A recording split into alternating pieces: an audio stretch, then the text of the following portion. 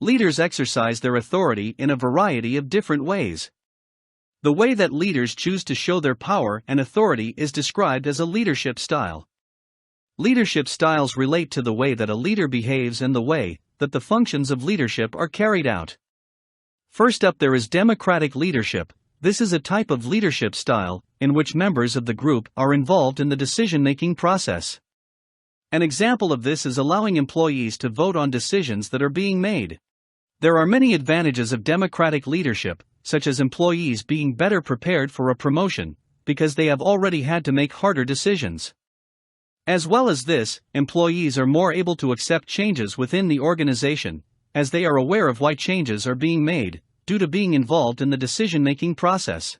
Some of the disadvantages of democratic leadership include issues like the time it may take for a decision to be made, or that a strong leader is often needed to lead a discussion between staff members, so that there is clear communication of ideas.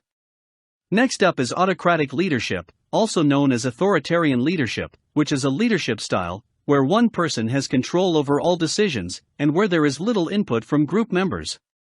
Autocratic leaders typically make choices based on their ideas and judgments and rarely accept advice from employees in the organization. Some of the advantages of autocratic leadership styles include that decisions can be made quickly due to managers making all the decisions. As well as this, employees have clear instructions on what needs to be done and the requirements needed, which can improve efficiency within the business. Some of the disadvantages of autocratic leadership include issues such as employees' creativity and ideas being ignored. As well as this, employees may start to feel demotivated because they are not getting to share their ideas or take on any responsibility. Lastly, there is laissez-faire leadership, also known as delegative leadership, is a type of leadership style in which leaders are hands-off and allow group members to make the decisions. Researchers have found that this is generally the leadership style that leads to the lowest productivity among employees and is often ineffective.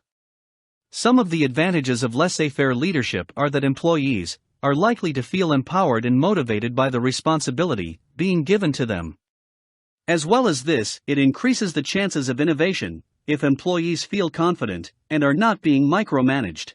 Some of the disadvantages of laissez-faire leadership include issues such as employees feeling under pressure if they are not being supported when having to make important decisions. This often leads to employees feeling demotivated and stressed. As well as this, it may not be clear who is responsible, which could lead to a decision not being made. You might ask, which leadership style is the most effective? This answer usually depends on the type of business. For example, a business that is trying to survive and needs to make quick decisions is likely to need an autocratic leader. However, a lot of businesses are moving towards a more democratic approach to leadership. This is due to increased competition in most industries, meaning that businesses need to be innovative when making key decisions. I hope this has been helpful. Please subscribe for more business studies videos.